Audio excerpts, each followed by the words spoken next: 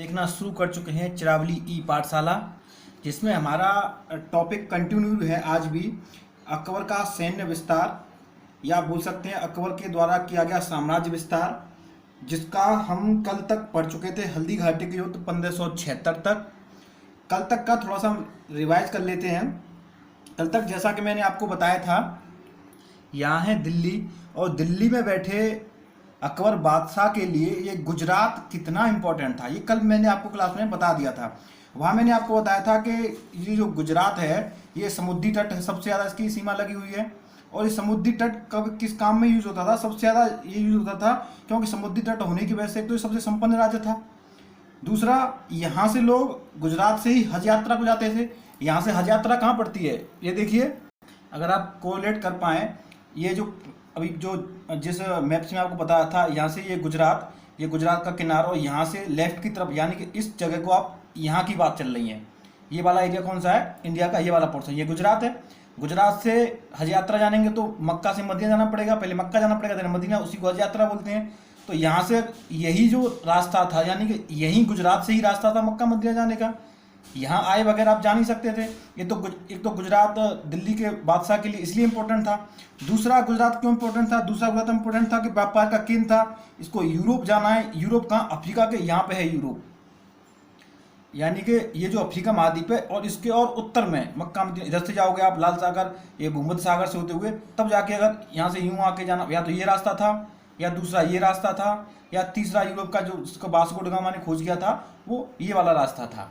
लेकिन अब तक वास्को ड गामा नहीं आया है। तो अब तक रास्ते कितने थे? या एक तो ये रास्ता शॉर्टकट, दूसरा ये रास्ता, और तीसरा ये थल का रास्ता था जो अफगानिस्तान, ईरान, इराक होते हुए उधर से आते थे। तो अब आपको समझ में आएगा गुजरात क्यों इम्पोर्टेंट था। और इसी इम्पोर्टेंस के चलते अकबर ने अब तक के विजय अभियान किए थे। और उन विजय अभियानों में आपने अब तक देखा होगा, सबसे पहले 1561 में मालवा, जहाँ का राजा था बाज बहादुर, जो कि भाग गया था कहाँ, किसके पास? मेवाड़ के शासक राणा उदय सिंह के पास। और उसकी जो पत्नी थी रूपमती, उसने कर ली थी आत्महत्या, ये हमने कल पढ़ लिया था। उसके बाद चुनार, उसके बाद आमेर, जहाँ से जोधाबाई के साथ विवाह हुआ, फिर मेड़ता, फिर उसके बाद गोंडवाना के, आपने देखा होगा गोंडवाना की जो शासिका थी, संरक्षिका थी दुर्गावती, उन्होंने भी आत्महत्या की थी। तो दो याद रखना, रूपमती मालवा और दुर्गावती गोंडवाना। उसके बाद चित्तौड़ पर घिराव हुआ, उसका रणथंभौर, देन कालिंजर के राजा रामचंद्र, वहीं कालिंजर से ही तानसेन को प्राप्त किया था इसने, राजा रामचंद्र के यहाँ से। फिर इसके बाद मारवाड़ में कौन आता था? जोधपुर, जैसलमेर और बीकानेर। ये पूरा, यानी कि आप देख रहे हैं, ये पूरा राजस्थान अब तक कब्जे में आ गया है। और जैसे ही ये राजस्थान पूरा कब्जे में आया, तो जहाँ उसकी निगाह थी गुजरात, 1572 में गुजरात पर विजय किया। यानी कि अब ये पूरा क्षेत्र अकबर के कब्जे में था, यहाँ से लेके ये पूरा क्षेत्र अकबर के अब शासन में था। जैसे ही ये वाला क्षेत्र हुआ तो उसकी निगाह कहाँ पड़ी? अब उसकी निगाह पड़ी बिहार और बंगाल की तरफ। तो उसने अगला कूच किया बिहार और बंगाल की तरफ 1574 और 1576 में। तब ये यहाँ पे अभियान चल रहा था। उसी समय मेवाड़ के शासक महाराणा प्रताप के साथ इसका हल्दी घाटी में युद्ध होता है 1576 में। यहाँ तक कल हमने पढ़ लिया था। अब आप ये अगर देखें तो अब अकबर के पास कहाँ का क्षेत्र आ चुका है? ये पूरा क्षेत्र, यहाँ इसको हरियाणा, ये पूरा क्षेत्र अकबर के पास है। इधर ये यहाँ तक क्षेत्र पूरा अकबर के पास है। ये पूरा क्षेत्र, यानी कि ये वाला क्षेत्र वो अकबर के शासन में था। अब उसका शासन नहीं है तो कहानियाँ तो ऊपर नहीं है, इधर कश्मीर और इधर सिंध, और इधर इसका मतलब आधिपत्य नहीं है, या फिर इसका आधिपत्य कहाँ नहीं है? साउथ की तरफ नहीं है। तो अब इसका अभियान कहाँ की तरफ रहेगा? इधर उत्तर में कश्मीर, सिंध और साउथ, और इधर दक्षिण भारत की तरफ। वही हम आज की क्लास कंटिन्यू करेंगे। 1576 के बाद 4-5 साल तक बड़ा शांत रहा, क्यों? बड़ा दीर्घ क्षति हुई थी इसको युद्ध में। लेकिन 1581 आते आते एक अकबर का सौतेला भाई था मिर्जा हाकिम। सौतेला भाई कहाँ? यानी कि जो उसके हुमायूं की दूसरी पत्नी थी, उसका लड़का था मिर्जा हकीम, जो कि बैठा हुआ था काबुल में। तो उसने कर दिया विद्रोह, और उसके विद्रोह को दबाने के लिए इसके प्रिय सेनापति मानसिंह को उसने भेजा, और उस विद्रोह को इसने दबाया, यानी कि काबुल भी इसके अंडर में आ गया 1581 में। 81 के बाद इसने 1585 में कश्मीर पे इसकी बहुत तगड़ी निगाह थी। कश्मीर अब तक इसके आपने देखा, या तो गुजरात, राजस्थान, इधर बिहार, उड़ीसा, बिहार, बंगाल, यहाँ तक इसका शासन हुआ, लेकिन कश्मीर अभी भी इनके कब्जे में नहीं था। तो वहाँ का था एक सुल्तान यूसुफ खां, जो कि कबायली लोग हुआ करते थे। कबायली आपने शब्द सुना होगा। कबायली एक प्रजाति है, एक बोल सकते हैं, एक क्या बोलूँ, जनजाति कह सकते हैं। एक कबायली एक जनजाति थी। उसको दबाने के लिए यानी उसने अकबर ने जैन खां, बीरबल और हकीम अब्दुल फतेह को वहाँ पे भेजा। बीरबल वही जो आपने कहानी सुनते हैं अकबर बीरबल, जो अकबर के नवरत्नों में भी शामिल थे।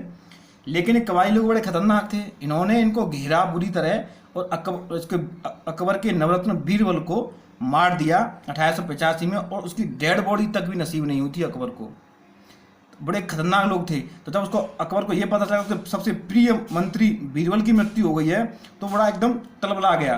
तो उसने बाद में टोडरमल को, राजा टोडरमल को भेजा कश्मीर पर अधिकार करने के लिए, और उसने राजा टोडरमल की सहायता से कश्मीर पर भी अधिकार कर लिया। ये भी नवरत्न था। तो आप देख रहे होंगे नवरत्न टेंशन मत लीजिए। आज के बाद ये अकबर का कहानी पूरी समाप्त हो जाएगी। उसके बाद कल से हम नवरत्नों पर ही फोकस करेंगे, पूरे क्लास होगी नवरत्नों के ऊपर।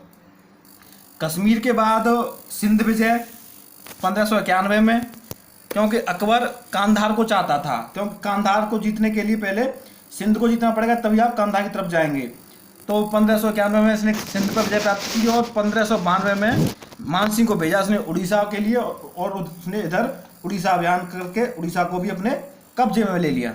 उड़ीसा विजय करने के बाद बलूचिस्तान, जो आप देखते हो आजकल पाकिस्तान में सबसे ज्वलंत मुद्दा बना रहता है, बलूचिस्तान, ये वही बलूचिस्तान है जिसको उसने 1595 में जीता। क्योंकि कांधार जाने के लिए पहले पाकिस्तान को जीतना पड़ेगा। कांधार यानी अफगानिस्तान, अगर इंडिया से आप जाओगे अफगानिस्तान तो बीच में पाकिस्तान पड़ेगा। तो उसी कड़ी में उसने पहले सिंध को जीता, सिंध के बाद बलूचिस्तान। जब पूरी ये रास्ता क्लियर हो गया तो फिर उसने फाइनली कांधार पर अटैक किया, और कांधार को 1595 में अपने कब्जे में ले लिया। यानी कि आप इसने पूरा इधर गुजरात, राजस्थान, इधर बिहार, उड़ीसा, बंगाल, और इधर नॉर्थ में कश्मीर और सिंध, बलूचिस्तान और पूरे कांधार तक अपना झंडा फहरा दिया। अब बारी थी केवल और केवल साउथ की, यानी कि दक्षिण भारत की। और उस कड़ी में सबसे पहले आता था अहमदनगर, जिसको दक्षिण का प्रवेश द्वार भी बोला जाता है। तो उस दक्षिण के प्रवेश द्वार में उसके अंदर आते थे, इसमें बीजापुर और गोलकुंडा। वहाँ के सुल्तान थे अली आदिल शाह प्रथम, और उनकी पत्नी थी चांद बीबी। ये 3 लेडी हैं जो अकबर के शासनकाल में आई हैं। बार बार मैं आपसे बोल रहा हूँ, 3 का नाम बार बार ले रहा हूँ, फिर एक बार ले रहा हूँ। मालवा की रूपमती, जिन्होंने आत्महत्या की थी, और दूसरी थी आपकी गोंडवाना की दुर्गावती, और तीसरी आई है यहाँ पे अहमदनगर की चांद बीबी। तो इन तीनों लेडियों का आप जो राजक्रम है उसको याद रखना, बहुत पूछा गया, कई बार पूछा गया है। और यहीं पे इस अभियान के लिए उसने भेजा था अब्दुल रहीम खान खाना को, जो भी नवरत्नों में शामिल थे। फिर नवरत्न आ गया, तो टेंशन मतलब नवरत्नों के लिए अगली क्लास नवरत्न की आने वाली है। तो इस तरह इसने अहमदनगर को भी 1600 में जीत लिया। और अहमदनगर का लास्ट रह गया इसका लास्ट अभियान, ये हुआ था इसका 1601 में आसिरगढ़। ये अकबर की अंतिम विजय थी। इसी में सोने की कुंजी का प्रयोग हुआ था। तो बोला था सोने की कुंजी, सोने की चाबी आसिरगढ़ के किलो खेलने के लिए किस सोने की चाबी किसको खोलने के लिए प्रयोग हुई थी? तो आसिरगढ़ के में। आसिरगढ़ आजकल एमपी में है। और ये पूछा जाता है कि अकबर की अंतिम विजय अभियान कहाँ पे था? तो आसिरगढ़ ही था 1601 में। और उसके बाद 1601 के बाद इसका लड़का था, जो कि कौन था? जहांगीर के नाम से आप जानते हो, लेकिन उसका नाम क्या था? एक्चुअली उसका नाम था सलीम। सलीम क्यों था? कि ये शेख सलीम चिश्ती के कहने से, यानी शेख सलीम चिश्ती के कहने पर ही अकबर, जो आपको याद हो तो कहाँ जा रहा था? अजमेर जा रहा था, ख्वाजा मुद्दीन चिश्ती की दरगाह पे। तो इनके कहने से जा रहा था। यहाँ शेख सलीम चिश्ती जिंदा थे, अकबर के समय किया था, और ये मुद्दीन चिश्ती बहुत पुराने व्यक्ति थे।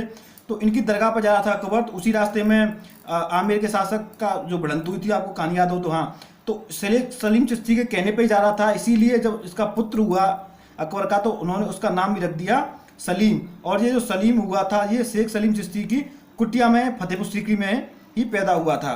तो अब ये सलीम के बारे में जान गए होंगे। इस युवराज सलीम ने कर दिया अकबर के साथ विद्रोह। अरे विद्रोह कौन करते अपने पिता के साथ? आपको याद हो तो एक हुई थी अनारकली, इसके ऊपर एक मूवी आई थी मुगल आजम करके। पहले ब्लैक एंड व्हाइट में थी, फिर उसको कलरफुल किया गया। तो उस अनारकली के चलते अकबर के साथ इसका बड़ा मतभेद हुआ, और उन्हीं मतभेदों के चलते विद्रोह हुआ। लेकिन बाद में थोड़ा सा बाप बेटे में बोलचाल भी हो गई थी। तो इस अनारकली को अकबर ने ले जाके लाहौर में जाके चिनवा दिया था। तो अकबर अपने लास्ट के दिनों में काफ़ी दुखी रहता था, क्योंकि उसके बेटे के कारण उसके अनबन रहती थी। और इसी क्रम में 1605 में इसको एक बीमारी भी हो गई थी। बीमारी क्या थी? अतिसार, पेचिस। पेचिस यानी कि बोल सकते हैं आप, पेचिस को क्या बोले, पेचिस ही बोलेंगे। तो पेचिस के चलते अकबर की मृत्यु हो गई। उसका एक चिकित्सक था हकीम अली, जिसे काफ़ी प्रयत्न किया था अकबर को बचाने का, लेकिन वो बचा नहीं पाया था। तो मरने के बाद अकबर को दफनाया गया आगरा के सिकंदरा में। और इस सिकंदरा जो जगह है जहाँ पर अकबर को दफनाया गया, उसका जो स्ट्रक्चर है अकबर ने पहले से तैयार कर लिया था। इसकी योजना अकबर ने पहले से ही बना ली थी कि मुझे जब मैं मरूँ तो मुझे यहाँ पे दफनाया जाए। उसको पूरा बोल सकते हैं 80% काम अकबर ने खुद ही करवा दिया था। बाद में मरने के बाद जहांगीर ने इसको पूरा बनवाया था। यानी कि अब अकबर का मकबरा कहाँ है? वो है सिकंदरा में। इसकी विशेषता क्या है कि ये एक तो पिरामिड आकार का है, 5 मंजिला है, और ये गुम्बद विहीन है। मुख्य बात क्या है? ये गुम्बद विहीन है। ये प्रश्न आपके केबीसी में पूछा गया था, 50 लाख का क्वेश्चन था कि कौन सा मुगल बादशाह था जिसने अपनी जो मकबरा है वो खुद बनवा दिया था? तो वो अकबर ही था, आप देख पा रहे हैं यहाँ पे। दूसरा क्या है कि ये तो इतना हो गया। उसके बाद इसका जो ऊपरी हिस्सा है पूर्णतः संगमरमर का है। अकबर को उसकी मृत्यु के पश्चात अर्श आसियान यानी कि स्वर्ग में रहने वाला कहा गया। इस तरह तो अकबर की कहानी समाप्त होती है, अकबर मर गया। अब अकबर की कहानी दोबारा से स्टार्ट करते हैं, अकबर के द्वारा किए गए सुधार और उसकी धार्मिक नीतियों के बारे में। अब तक तो हम पढ़ रहे थे अकबर के विजय अभियानों के बारे में। अब अकबर को पूरा स्टार्ट करेंगे जब से अकबर आया 1560 बार से। अकबर ने अच्छे काम क्या किया जिसके कारण अकबर को बोलते हैं अकबर बड़ा महान व्यक्ति था, अकबर बहुत अच्छा था। तो अब तक तो उसने केवल लड़ाइयाँ लड़ी हैं, लड़ाई में थोड़ा कोई महान होता है। अब जो कार्य किए गए हैं इसके द्वारा, उन कार्यों पर हम थोड़ा सा फोकस करते हैं। तो आइए देखते हैं इसके द्वारा किए गए कार्यों के बारे में। तो सबसे पहले 1562 में इसने दास प्रथा पर रोक लगाई थी। दास प्रथा क्या होता था कि जो युद्ध वगैरह होते थे, पहले युद्ध में क्या था, अगर युद्ध जीते, तो मैंने पहले ही आपको बताया था दास प्रथा के बारे में, फिर आपको बता देता हूँ कि युद्धों में जीते तो जीतने के बाद युद्ध बंदियों को गुलाम बना लिया जाता था। यानी कि जो जीत गए उनको गुलाम बना लो, और गुलाम बना के अपने अपने घरेलू निजी कार्य करवाओ। तो उन जो दास प्रथा थी उससे अकबर क्षुब्ध था, तो उसने सबसे पहले इस दास प्रथा पर रोक लगाई। अब आज से कोई दास प्रथा नहीं चलेगी। उसके जब हम पढ़ रहे थे, एक महामनगा जो उसकी दाहिमा थी, मैंने वहाँ भी बताया था, जो हरमदल चलाती थी। तो जैसे ही महामनगा की मृत्यु होती है, 60 से 62 का काल वही है, 2 साल जो उसको पेटीकोट शासन भी बोला जाता था। तो महामनगा का जो शासन था वो, तो महामनगा की मृत्यु के बाद इसने हरमदल की समाप्ति कर दी। हरमदल के बारे में पहले ही बता चुका हूँ और यहाँ पर समय बर्बाद नहीं करूँगा। तो 62 के बाद आता है आपका 63। 63 में अकबर ने क्या किया कि अकबर आगरा से जा रहा था मथुरा। तो मथुरा जाते वक्त इसने क्या देखा कि वहाँ पे कुछ बहुत सारे एक चुंगी बनी थी, और चुंगी में लोगों को बहुत लंबी लाइन लगी थी, और चुंगी में से लोगों को एक एक करके जाने दिया जा रहा था और उनसे कुछ पैसा लिया जा रहा था। तो अकबर ने पूछा ये क्या चल रहा है? तो उसके जो साथी थे उन्होंने बताया कि साहब ये इनसे पैसा लिया जा रहा है। पैसा किस बात का लिया जा रहा है कि इनको मथुरा में भगवान श्री कृष्ण की जन्मस्थली है, वहाँ ये लोग जा रहे हैं अकबर ने दर्शन करने के लिए, तो वहाँ जाने के लिए उसको पैसा देना पड़ रहा है। ये तो बड़ी गलत बात है, कोई अपने ईस्ट के जा रहा है वहाँ उसको टैक्स देना पड़ रहा है। तो तभी से अकबर ने कहा तुरंत इस तीर्थ यात्रा कर को समाप्त करो। तो उसके मंत्री संतरी ने बताया सर ये तो तीर्थ यात्रा कर तो समाप्त हो गया, लेकिन एक चीज़ और चल रही है, जो जितने बड़े हमारे हिंदू हैं उन हिंदुओं को अपना धर्म करार करने के लिए एक टैक्स देना पड़ता है, उसको जजिया कर बोलते हैं। तो उनका इस जजिया कर को भी समाप्त करो। तो 63 में पहले इसने तीर्थ यात्रा का समाप्त किया, और अगले साल इसने क्या समाप्त किया? जजिया कर। जजिया कर के बारे में स्पेशल हम पहले भी पढ़ चुके हैं। पूरा एक जजिया कर किसने स्टार्ट किया, किसने कहाँ कब खत्म हुआ, कब फाइनली कहाँ खत्म हुआ, वो हम पहले देख चुके हैं। यहाँ बस इतना याद रखिए कि अकबर ने जजिया कर को समाप्त किया था। 63 हो गई, 64 हो गई। उसके बाद आती है 67 यानी 67 मनसबदारी व्यवस्था। मनसबदारी व्यवस्था क्या होती थी? मनसब यानी कि अगर आपको एक मनसब दे दिया तो मनसब का एक वैल्यू होता था, जिसके द्वारा प्रत्येक जैसा मनसब वैसा ही उसका पद होगा, और उसी पद के अनुसार उसको वेतन मिलेगा, और उसी मनसब के आधार पर ही वो उसको पास कितने घोड़े होंगे, कितने ऊंट होंगे, कितने खच्चर होंगे, ये सब उसकी मनसबदारी पद के हिसाब से निश्चित होता था। तो छोटा मनसब के लिए 10 घोड़ा, ऊंट या खच्चर रख सकता था, और जो सबसे बड़ा मनसब जिसको होता था उसके पास 700 घोड़े, 700 ऊंट और 700 खच्चर रखने की अनुमति होती थी। 1571 में अकबर ने अपनी राजधानी शिफ्ट की थी आगरा से फतेहपुर सीकरी, और वहीं को उसको अपना राजधानी बना लिया था। फतेहपुर सीकरी का निर्माण भी इसने अकबर ने कराया था। उसके बाद 1575 में अकबर ने क्या किया? अकबर ने इबादत खाना की स्थापना कराई। इबादत खाना आपको सुनते होंगे, इबादत खाना किसने बनवाया? अकबर ने बनवाया। एक्चुअली इबादत खाना था क्या? इबादत खाना था पूजा का स्थान, जहाँ पर प्रत्येक थर्सडे यानी बृहस्पतिवार को धार्मिक वाद विवाद होता था। यानी कि धार्मिक चर्चा होती थी, क्योंकि अकबर ये चाहता था कि जो इस्लाम धर्म है उसकी सत्यता क्या है। तो उसके लिए उसने अपने स्टार्टिंग में उसने 1575 में ऐसी इबादत खाना की स्थापना कराई थी। 1575 से लेके 1577 तक ये केवल जो चर्चा होती थी केवल मुस्लिम कादियों के बीच में होती थी। लेकिन जब 2 साल तक खूब चर्चा चली, चर्चा के बाद जब कोई निर्णय नहीं निकला तो अकबर ने कहा कि ये काजी हटो, दुनिया के जितने भी धर्म हैं उन सब धर्मों के अच्छे अच्छे लोगों को बुला के लाओ और इस चर्चा में शामिल कराओ। तो 1577 में इबादत खाने को सभी धर्मों के लिए ओपन कर दिया। इसमें हिंदू धर्म भी थे, जैनी, पारसी और ईसाई शामिल थे। ये जो नाम है ना, इन धर्मों के आने वाले उन लोगों के नाम पूछे जाते हैं, इसलिए मैं आपको यहाँ पर बता रहा हूँ। तो हिंदू धर्म से आए थे पुरुषोत्तम और देवी, जैन धर्म से आने वाले थे हरविजय सूरी और चिनचंद सूरी, पारसी धर्म से आने वाले थे दस्तूर जी मेहर जी, और ईसाई धर्म से आने वाली थी एका बीबी मैसोरात। तो इन लोगों के नाम याद रख लेना, दोबारा रिपीट करता हूँ। जैन धर्म से थे हरविजय सूरी और जिनचंद सूरी, हिंदू धर्म से पुरुषोत्तम प्लस देवी। तो ये नाम आपसे पूछे जाते हैं। लेकिन 77 के बाद 82 तक खूब चर्चाएं चली, लेकिन कोई चर्चा में कोई निर्णय निकला ही नहीं। तो इसीलिए अकबर ने परेशान होकर इस इबादत खाने को बंद कर दिया 1582 में।